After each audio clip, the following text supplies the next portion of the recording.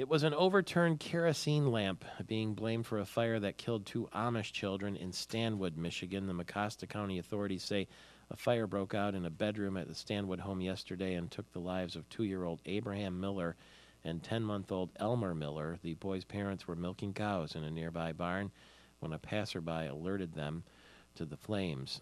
And a Davidson woman and her daughter have died after a giant tree fell in their van.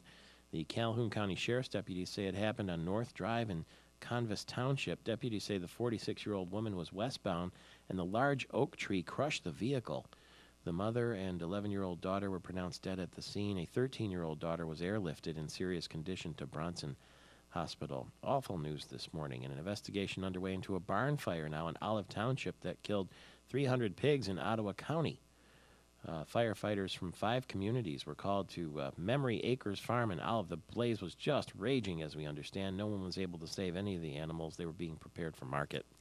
At 21 minutes now after the hour. Gabrielle Giffords, the Arizona congresswoman, is in Florida. She's going to watch the historic launch of the Space Shuttle Endeavour on Friday afternoon.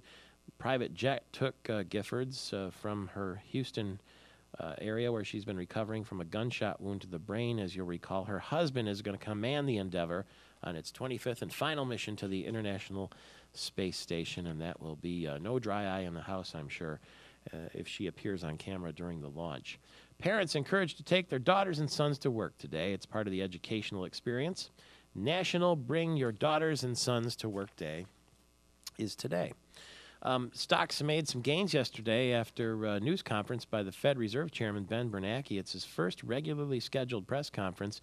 He says the Fed believes the economy is in moderate recovery and it is sustainable. So the Dow was up 96, the S&P was up 8 points, and the NASDAQ up 22. Oil prices rose 55 cents.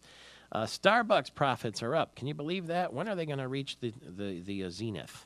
20%. In the last quarter. So even though the economy is tough, people can still afford expensive coffee, it seems. Whirlpool Corporation boosting a 3% increase in net income for its first quarter out of Benton Harbor there. As of March 31st, the company's net income climbed by $5 million and shares rose to $2.17. They rose $2.17. It's a 4% increase from last year. They're an appliance giant. They also own Maytag and the KitchenAid brands. And so congratulations in Benton Harbor. The former Miss America is saying that she was fondled during an airport pat-down by a TSA screener.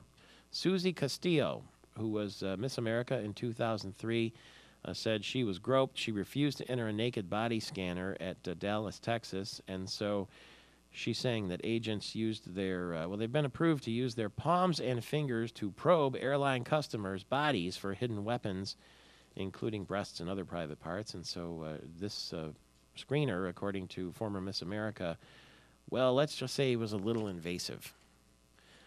24 minutes after the hour, there's a video too, I guess, showing it. Donald Trump says he's proud of himself now that President Obama has released his long-form birth certificate. Look what I did, he says. Arnold Schwarzenegger is going to make another Terminator movie. That's what we're hearing right now. And now that he's not governor anymore, he's going to go back to work in the Terminator. We never let the birthday of a beautiful woman pass without taking note. Anne Margaret is 70 today. Viva Las Vegas, Grumpy Old Men, Any Given Sunday, and even Santa Claus 3. And Jessica Alba is 30. Dark Angel and Good Luck Chuck, Fantastic Four, Honey, and some other movies too. So happy birthday, darlings, to all of you.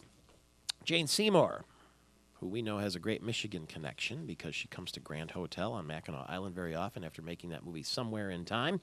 She was in Wedding Crashers, and she was one of the original, she was the first Bond girl for Roger Moore in Live and Let Die. Well, she was asked on television if she had any advice from London for the would-be King and Queen of England who are getting married tomorrow. You've been married more than once? Yes. What advice would you give to the royal couple about marriage? Well, I think have you cracked it? Have you worked it out? I have definitely cracked it. I have cracked it. James Keats, that's it. No, I found the perfect husband. My friends have been trying to clone him, actually. They thought it was wasted on Dolly the sheep. No.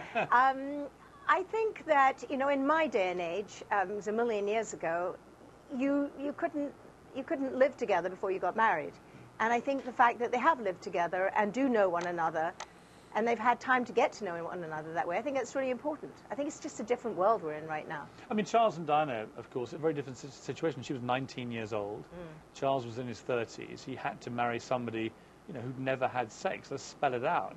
It seems so weird now that this was the case, but that was the rule of the day, and so he had to marry somebody with no experience. And I think we proved that those rules don't apply anymore, Yeah. and it just didn't work for them. So, you know, I think it's wonderful. I think that's what's so special about this wedding is people feel it's real, and I think that's what's important.